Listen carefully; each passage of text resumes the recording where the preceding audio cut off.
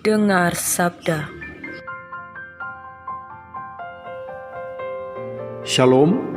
Firman Tuhan hari ini terambil di dalam Injil Matius pasal 6 ayat yang ke-25.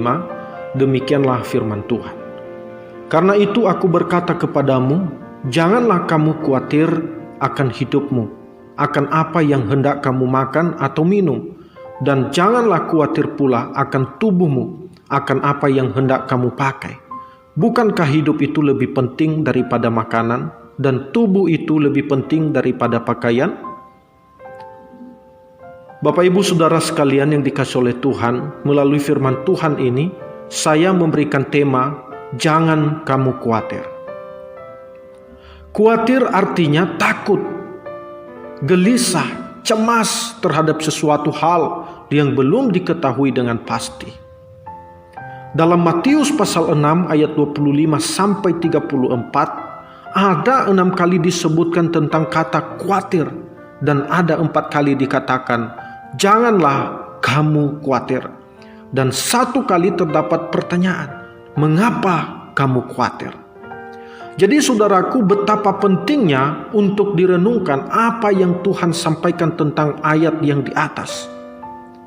Ada beberapa pertanyaan yang harus dijawab tentang kekhawatiran. Apa yang menyebabkan seseorang bisa khawatir? Apa bahaya dari kekhawatiran yang berlebihan? Apa yang harus kita lakukan ketika kekhawatiran menimpa kita?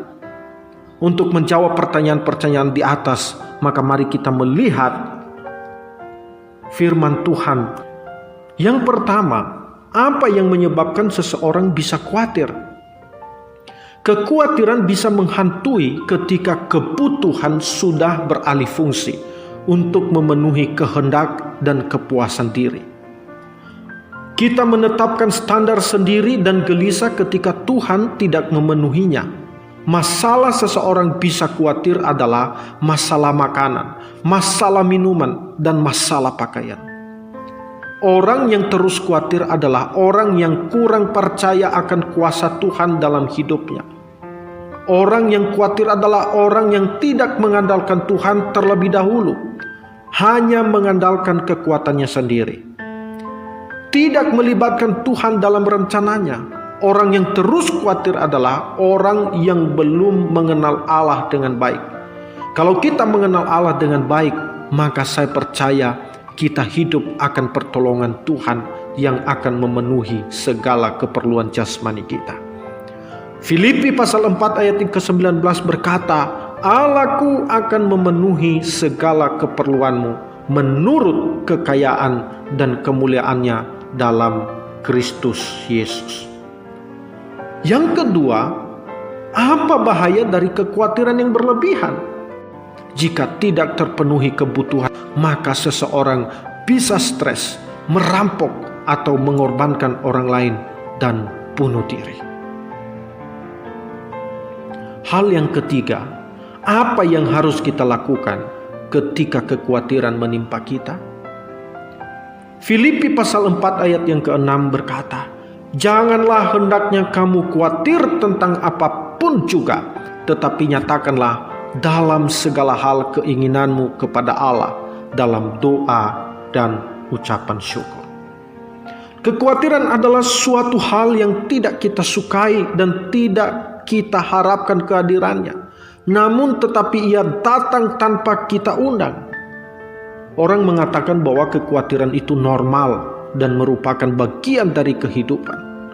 Kekhawatiran juga sering kali hadir karena ketakutan atau ketidaktahuan kita akan ketiadaan jaminan atau kepastian hidup. Sebagai orang percaya, kita pun tidak luput darinya. Tetapi yang menjadi kesalahan kita adalah ketika kekhawatiran itu menguasai kita, sehingga kita tidak lagi dapat berharap, apalagi melihat kuasa Tuhan berlaku atas kita. Kekhawatiran itu adalah manifestasi ketidakpercayaan kita terhadap pemeliharaan dan penyertaan Tuhan. Ketika kita mengalami kekhawatiran dalam hidup kita, maka kita datang kepada Tuhan untuk berdoa dan mengucap syukur kepada Tuhan. Berdoa berarti kita bisa menyampaikan pergumulan kita kepada Tuhan. Dia adalah jawaban yang pasti dalam hidup kita. Bersyukur berarti berterima kasih kepada Tuhan atas apa yang sudah kita terima dari Dia. Mensyukuri berkat Tuhan jauh lebih penting daripada bersungut-sungut. Oleh sebab itu, tetaplah mengucap syukur. Saudara-saudaraku yang dikasihi oleh Tuhan, Matius pasal 6 ayat ke-33 berkata, "Tetapi carilah dahulu kerajaan Allah dan kebenarannya, maka semuanya itu akan ditambahkan kepadamu."